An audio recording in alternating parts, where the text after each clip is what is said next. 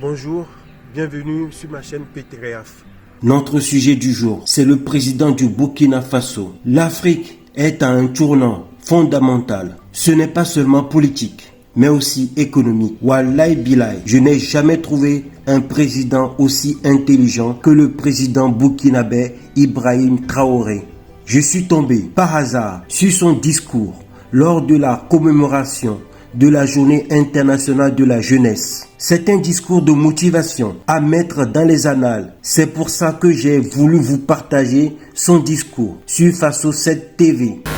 Lorsque vous dites à un partenaire qui est prêt peut-être à vous servir de, mobile money jusqu'à 100 milliards, mais lorsque vous dites à ce même partenaire, non, servez donc à mobile money 20 milliards et 80 milliards, nous allons faire des projets structurants donc, de production agricole pour les jeunes.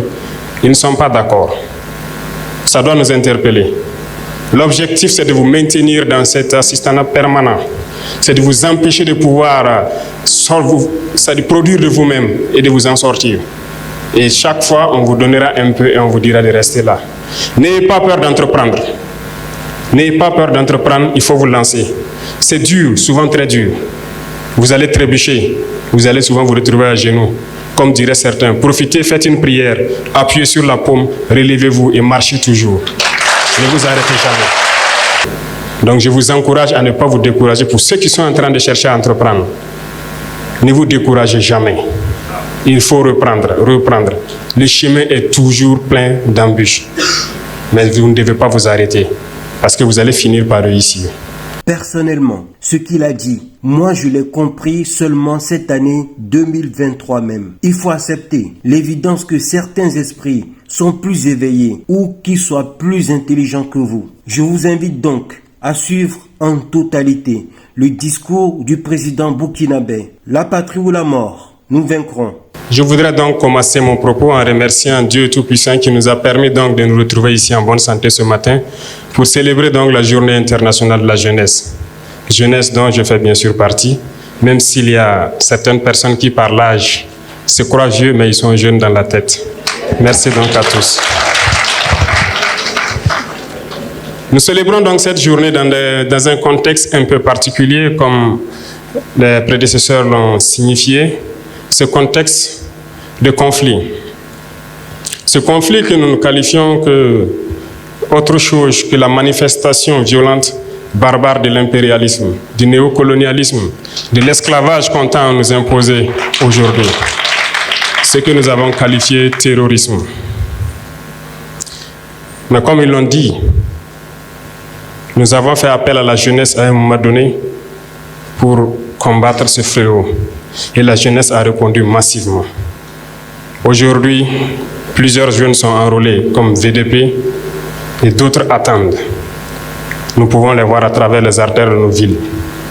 Cela nous va droit au cœur et nous osons croire que les jeunes ont compris pourquoi nous devons nous battre. Si nos aïeux se sont battus pour nous léguer des terres qu'on appelle aujourd'hui Burkina Faso, cela veut dire que nous devons nous battre aussi pour léguer quelque chose à nos enfants. Si Dieu a fait que notre génération est confrontée donc aujourd'hui à ce combat, c'est parce qu'il sait que nous avons la capacité d'y arriver.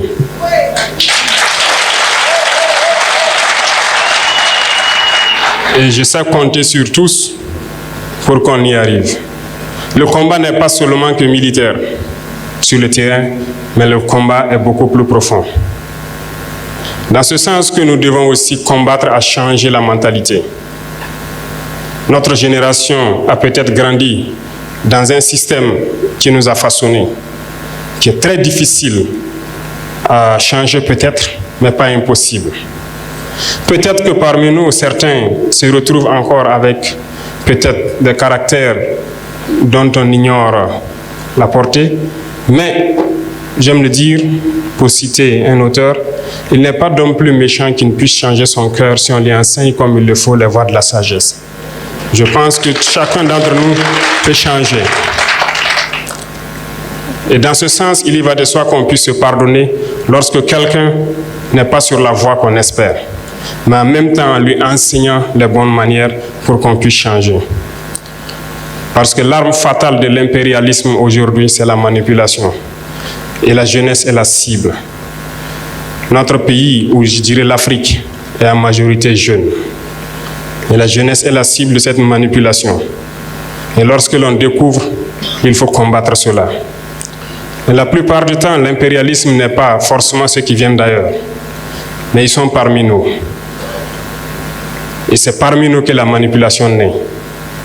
J'invite la jeunesse à s'en départir, à toujours chercher l'information juste et à toujours penser à nos patries, à nos différentes patries partout en Afrique. Je répète, si nos aïeux nous ont laissé une terre que nous avons trouvée, nous devons laisser des meilleures terres pour nos enfants. En ce sens, aujourd'hui, nous sommes réunis pour parler donc des problèmes de la jeunesse. Nous allons nous faire des promesses, certes, voir des perspectives, mais aussi se lancer des défis. Je pense que le parrain et la marraine vous ont lancé des défis et le ministre a souhaité vous donner chacun 300 francs. Mais je crois que le défi va au-delà de cela. Parce qu'il faut que la jeunesse comprenne aussi quelque chose. Nous, au niveau de l'exécutif, nous prenons des mesures, mais nous avons besoin aussi de vous parler, de vous sensibiliser, pour qu'ensemble nous puissions relever les défis qui sont aujourd'hui posés à nous. Pourquoi je dis cela? Lorsqu'ils racontent leurs histoires, on se rend compte qu'ils se sont battus d'eux-mêmes pour y arriver. Aujourd'hui, comme le ministre l'a signifié, instruction a été donnée pour qu'on puisse créer un fonds unique qui puisse soutenir la jeunesse dans l'entrepreneuriat. On ne vous demandera pas peut-être de partir de zéro, mais il y aura un minimum pour vous accompagner et vous aider. Parallèlement à cela, il y a très peu de temps, nous avons tout fait pour élaguer tout ce qui est fiscalité au niveau donc des jeunes entreprises qui devront se créer. Cela pour accompagner que vous ne vous retrouvez pas confrontés dès les premières années à certaines difficultés. En plus de tout ça, je pense, comme il l'a annoncé, nous pensons beaucoup à la formation professionnelle. Et c'est l'une des réformes majeures donc, de ce département. Et je pense qu'au passage à l'université, on l'avait bien fait savoir. Il ne s'agit pas aujourd'hui de bosser, d'avoir un diplôme et de chercher à être employé. Il s'agit aussi d'apprendre des métiers et de pouvoir exercer. Donc, nous cherchons aujourd'hui à réorienter une bonne partie de la jeunesse vers l'emploi professionnel.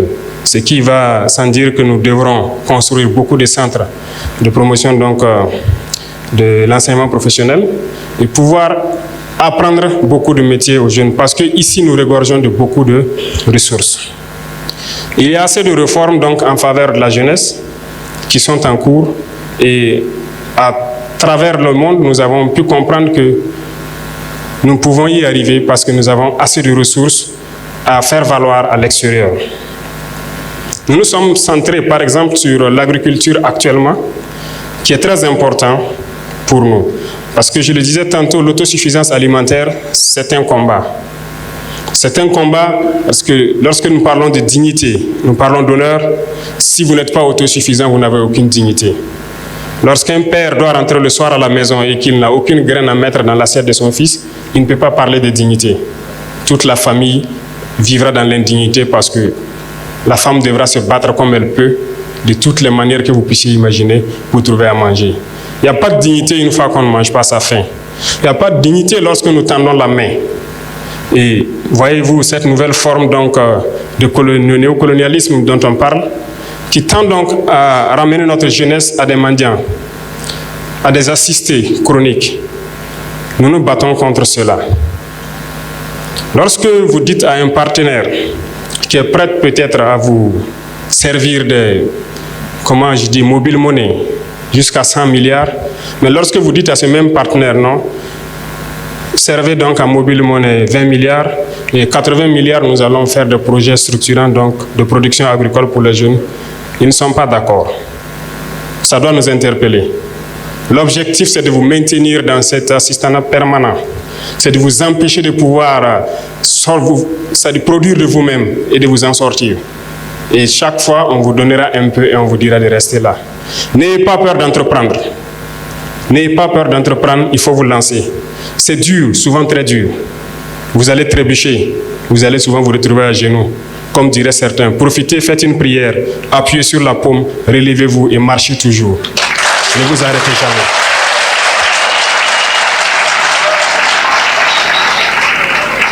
Et même ceux qui ont de l'emploi quelque part, ne vous en tenez pas seulement à votre emploi. Cherchez à investir, cherchez à développer quelque chose d'autre en parallèle. Parce que depuis, comme je vous disais, notre génération est dans un système assez complexe. On nous a peut-être appris qu'il faut juste avoir un emploi, un bureau, et on s'assoit et voilà, le salaire tombe à la fin du mois. Ça ne peut pas vous rendre heureux, ça ne peut pas. Votre salaire doit servir à développer quelque chose d'autre. Nous sommes militaires, moi je suis entrepreneur aussi depuis quelques années de cela, en tant que jeune. Parce que nous ne sommes autorisés qu'à faire que l'agriculture, l'élevage. Je pense que les dévanciers qui ont mis ça dans les textes, ils ont très bien compris. Et nous participons donc à cela.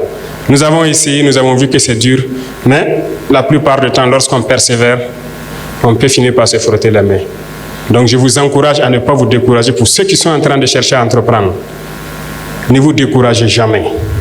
Il faut reprendre. Le chemin est toujours plein d'embûches. Mais vous ne devez pas vous arrêter, parce que vous allez finir par réussir. Nous sommes extrêmement riches ici au Burkina, nous pensons le temps à le dire. Aujourd'hui, nous décidons de réorganiser un peu notre société. Certes, certains textes ou certaines conventions qui avaient été signées étaient très contraignantes, faisaient que notre pays aurait du mal à s'en sortir. Aujourd'hui, grâce à vous, nous sommes en train de relire beaucoup de textes pour essayer de donner à nos nations ce dont elles doivent mériter. C'est dans ce sens que lorsque nous prenons par exemple le volet de l'orpaillage, votre thème en dit long sur l'employabilité des jeunes en milieu rural, beaucoup de nos jeunes se retrouvent aujourd'hui sur les sites artisanaux de production, dans des conditions les plus pénibles. C'est peut-être ce qui s'est passé en Europe ou en Amérique dans les années 1800. Lorsque les hommes rentrent eux-mêmes dans des galeries, qu'ils creusent eux-mêmes pour sortir le minerai, nos jeunes continuent de vivre cela, au péril de leur vie. Nous essayons aujourd'hui de moderniser un peu. C'est à l'issue de ça que nous avons créé donc la SONASP, une société qui va se permettre de pouvoir exploiter et de commercialiser nos substances précieuses, notamment l'or. L'or que les jeunes exploitent, que d'autres personnes viennent acheter à vil prix et qui contribuent à nourrir le terrorisme qui sort du pays sans que nous n'ayons aucun contrôle, nous avons décidé de créer cette société pour essayer de reprendre le contrôle de nos sites miniers et pouvoir permettre aux jeunes qui y sont de produire de façon plus mécanisée et plus respectable. Nous voulons aussi que chaque région puisse produire une spécialité. Ça pourrait être sûrement dans le domaine de l'agriculture parce que nous avons d'immenses potentialités. Nous avons des réserves d'eau naturelles, des lacs un peu partout à travers le pays, des rivières qui coulent et des barrages par-ci par-là, mais qui ne sont pas exploités. Nous sommes en train de vouloir lancer dans chaque région et c'est pour ça que ici je vous annonce qu'il y aura un représentant de chaque région au niveau de la présidence comme chargé de mission. Ce processus est en cours. Ces gens donc devront prendre les préoccupations de la jeunesse et surtout aussi des femmes qui se battent jour et nuit pour que nous puissions agir de façon progressive là où nous devons agir. Parce que cette lutte que nous avons aujourd'hui contre le terrorisme ne se fait pas uniquement par les armes, mais également par le développement. Tant que la jeunesse n'aura pas d'emploi, elle sera toujours tentée d'aller vers là où c'est facile d'avoir de l'argent. Et c'est ça aussi qu'il faut combattre. Nous avons déjà identifié beaucoup de pôles et que nous allons très bientôt à la sortie de la saison fortifier à travers l'initiative présidentielle, mais aussi à travers le ministère de l'Agriculture qui a une très bonne base de données et que nous avons donné une mission spéciale pour qu'on puisse atteindre l'autosuffisance alimentaire. Au sein de chaque région, donc, nous allons valoriser ces points d'eau et ces réserves que nous avons et nous allons accompagner autant que possible les jeunes. Donc c'est inviter tout le monde à se mettre au travail et à pouvoir redonner donc un autre visage à notre pays. Il y a beaucoup d'autres chantiers en cours et nous ne pourrons pas tout détailler ici.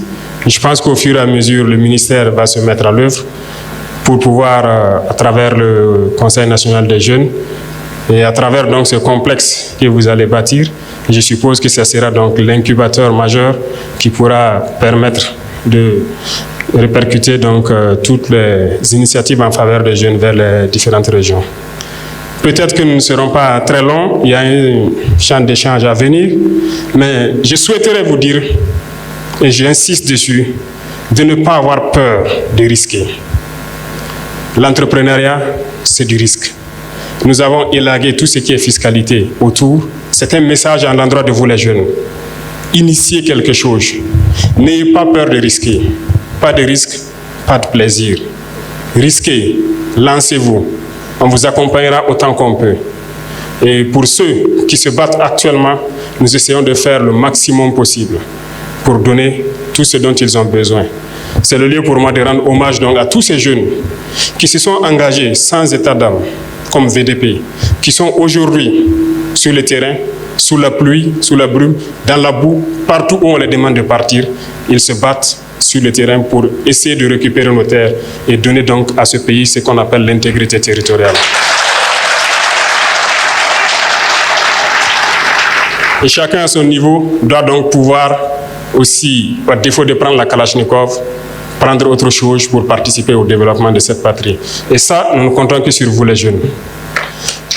Je disais tout de suite donc aux parrains et à la marraine que j'allais forcer la main à ces grands opérateurs économiques du pays, et je pense que certains sont là. Donc apprêtez-vous, on va vous forcer la main pour créer des initiatives donc pour les jeunes. Nous avons donc lancé l'APEC dans ce sens-là pour permettre de créer ce qu'on appelle nos entreprises que nous voulons mettre sur place. Parce que nous le disons, c'est inconcevable que nous puissions ici produire de la tomate et que nous importons de la pâte de tomate. C'est absurde que nous avons tous les produits oléagineux ici et que nous ne puissions pas les transformer. Nous avons lancé cela et je vous invite à souscrire massivement parce que nous allons créer nos entreprises ici sur place et développer. Certes, des esprits impérialistes pourront essayer de vous détourner de l'objectif, mais écoutez, visez loin, visez très loin, réfléchissez et voyez ce qu'on va faire. Merci donc à tous ces jeunes qui sont déplacés à travers l'Afrique pour venir soutenir leurs frères et leurs camarades du Burkina Faso. Nous vous disons merci, nous vous souhaitons de passer un très bon séjour au Burkina Faso et souhaitons que vous puissiez retourner en paix et aussi lancer le message à l'endroit de toute la jeunesse africaine. Parce que le combat que nous menons, ce n'est pas uniquement pour le Burkina Faso, mais c'est un combat pour toute l'Afrique. Il est temps qu'on se réveille et que nous ne soyons plus amenés à traverser l'océan, à mourir pour aller chercher l'Eldorado tant vanté. On peut le créer ici. Mettez-vous au travail et je pense que c'est possible. Donc merci d'être venu nous accompagner dans ces moments donc, de partage et de réflexion. Sur ce, je voudrais vous dire donc, restez en veille parce que le combat qui a commencé sera long, dur, mais ce n'est pas impossible parce que nous croyons que bientôt nous allons y arriver. Merci beaucoup à vous. La patrie ou la mort. Merci camarades.